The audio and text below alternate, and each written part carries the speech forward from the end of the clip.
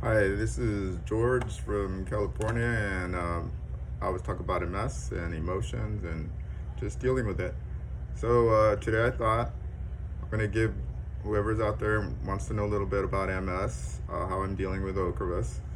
I finished my 3-year dose in June, and before that dose, I was doing really good. I've been doing really good, but right before the last 2 weeks, it seems like I was getting weaker, more of on a decline. But then after I got my infusion, I've been doing really good. I drive like 60 miles round trip, get the 4 or 5 hour infusion, and come home. I still feel kind of weak, and even right now, I'm probably feeling a little bit of weakness. I think we have to look at the whole picture, because right now, a lot of us are in survival mode. We're dealing with COVID. We're taking precautions. So I know that I'm not so active. I'm not in about. I'm not moving around too much. So I think I need to be more active, and that might help. I think the important thing to realize is when things are getting hard, like right now, I'm getting weaker.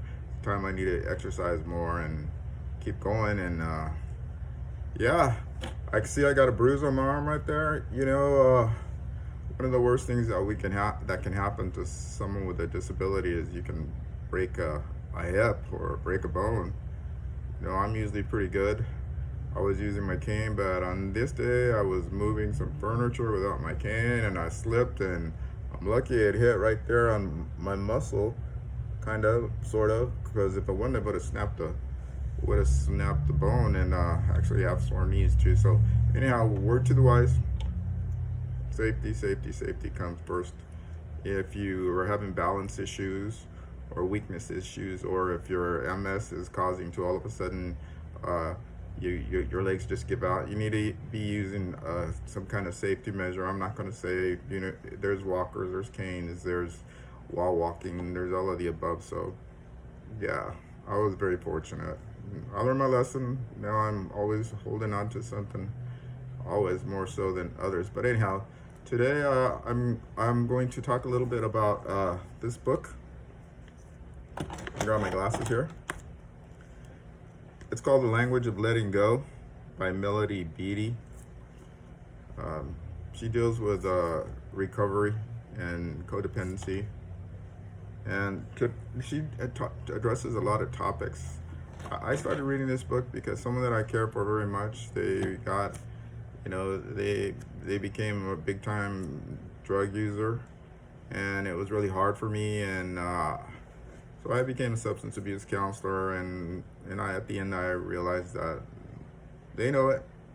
It's on them. They have to do the work, and now more than ever I say, the addict is not the only one that has to survive, because they end up in jails, institutions, or death, but so do the people who love them.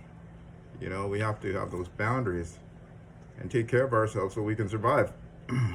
I was able to survive, and the person that I love very much, she grew, she learned, she took a pounding, she survived, and now she's very successful. When I talk about success, I'm talking about she has a deeper awareness, appreciation for life, and she's making the best of her life as it develops and taking care of the people that she loves.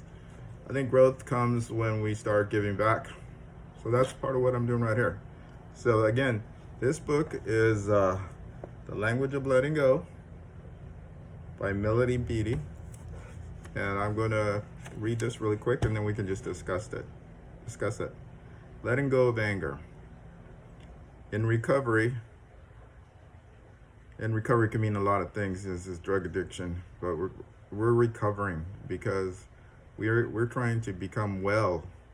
We want to, we're recovering. We just went through a big time transition of our thoughts, feelings, our emotions, our body, all these different things. So here we go. In recovery, we often discuss anger objectively. Yes, we reason. It's an emotion we're all prone to experience.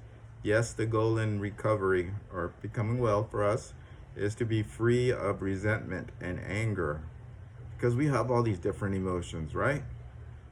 And today we're talking about anger. Yes, it's okay to feel angry. We agree. Well, maybe Anger is a powerful and sometimes frightening emotion. It's also a beneficial one if it's not allowed to harden into resentment or used as a battering ram to punish or abuse others. Let me stop for a second here. And what happens sometimes is when we get angry, we take it out on others. We displace. It's not their fault. It's not our fault. Diseases just happen, they just develop.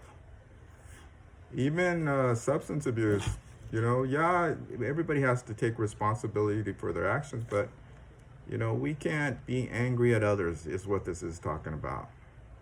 We have to learn to deal with our anger.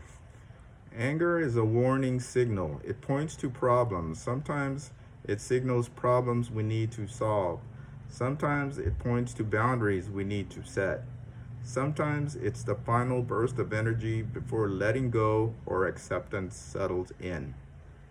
And sometimes anger just is. It doesn't have to be justified. It usually can't be confined to a tidy package, and it need not cause to stifle ourselves or our energy. We don't have to feel guilty whenever we experience anger. We don't have to feel guilty. Breathe deeply. We can shamelessly feel all our feelings, including anger, and still take responsibility for our behaviors. I will feel and release any angry feelings I have today. I can do that appropriately and safely.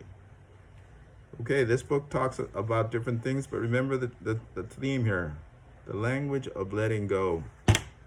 Because if we're holding on to anger, if anger is managing our feelings, if anger is taking control of our existence, we're not doing anything. We're just making our situation worse. We have to let it go. How do you do that? Well, you talk about it. You try to understand it. You talk to different people. You develop different perspectives. You learn to process it. And in some way, it's acceptance. In substance abuse, they talk about I'm powerless, but that's synonymous with acceptance to me. Everybody has their own perspective, right? I'm accepting this. I'm dealing with it. I'm going to figure out how to manage my emotions, my thoughts, my emotions, how to manage everything that it's going to take to make me better, to feel well. Because in my perspective, I may not be cured, but I will be well. And the big part of that is dealing with our emotions. Today we're dealing with anger. Anger is like a fire. It's like a needle. It's like a weapon. Do you really need to be angry? Is it helping others? Is it helping yourself? Is it allowing you to grow? Is it allowing you to develop long-term strength and understanding so that you can enjoy your life in a happy way, feeling well, right? I know right now, 2020, COVID, it's really hard for some more than others, but we're going to get through this. And when you get through this, try to process and understand your feelings, have objectives, have goals, help others, care. We can get through this. You can get through this. Survival mode is something that's always persisted in society for years and years. So let's be a survivor and let's be happy, all right? All right, I'm going to end this one last thought. Do you know why you can't give Elsa a balloon? Because she'll let it go. Right? Take care. This is Jorge George from California. Have a great day. Namaste. Use your canes or be safe. Bye.